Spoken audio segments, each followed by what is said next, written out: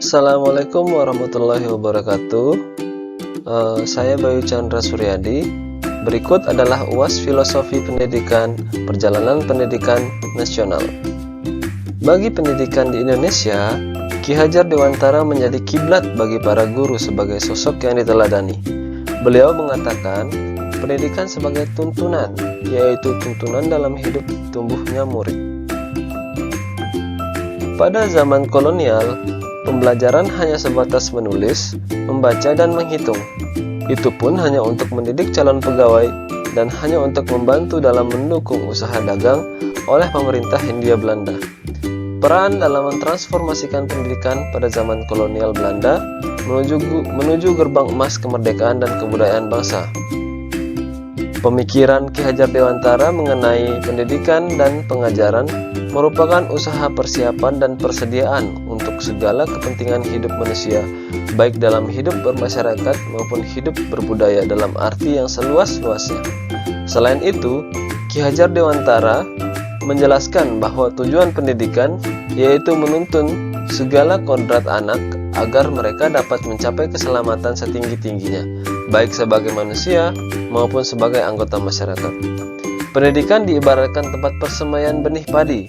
Bagaimanapun kualitas padi, apabila ditempatkan atau diperlakukan dengan baik, maka akan menghasilkan padi yang baik. Sejalan dengan pemikiran Ki Hajar Dewantara, gagasan Menteri Pendidikan dan Kebudayaan mengenai konsep Merdeka Belajar memiliki relevansi terkait terselenggaranya pendidikan saat ini di Indonesia. Esensi dari Merdeka Belajar yaitu kebebasan berpikir yang ditujukan kepada peserta didik dan guru, sehingga mendorong terbentuknya jiwa merdeka karena peserta didik dan guru dapat mengeksplorasi pengetahuan dari lingkungannya. Merdeka Belajar ini akan mendorong terbentuknya sikap kepedulian terhadap lingkungannya, karena siswa belajar langsung di lapangan, sehingga mendorong dirinya menjadi lebih percaya diri, terampil, dan mudah beradaptasi terhadap lingkungan masyarakat. Sikap-sikap tersebut penting untuk dikembangkan, karena untuk menjadi orang yang bermanfaat bagi lingkungannya, dibutuhkan sikap kepedulian, terampil, dan adaptif dimanapun berada. Sebagai seorang guru, saya menuntun tumbuh atau hidupnya kekuatan-kekuatan menjadi kodrat dari peserta didik itu sendiri, dengan mengerahkan segala daya upaya untuk memajukan perkembangan budi pekerti pikiran dan jasmani agar peserta didik dapat memperbaiki perilakunya, bukan dasar hidup dan tumbuhnya menjadi peserta didik.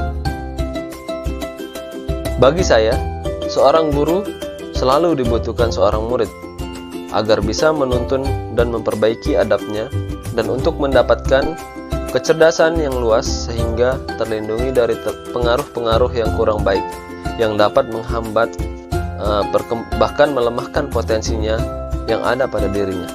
Sebagai seorang pendidik, saya ingin membangun suasana lingkungan belajar yang kondusif agar setiap peserta didik tumbuh dan berkembang sesuai dengan kodratnya.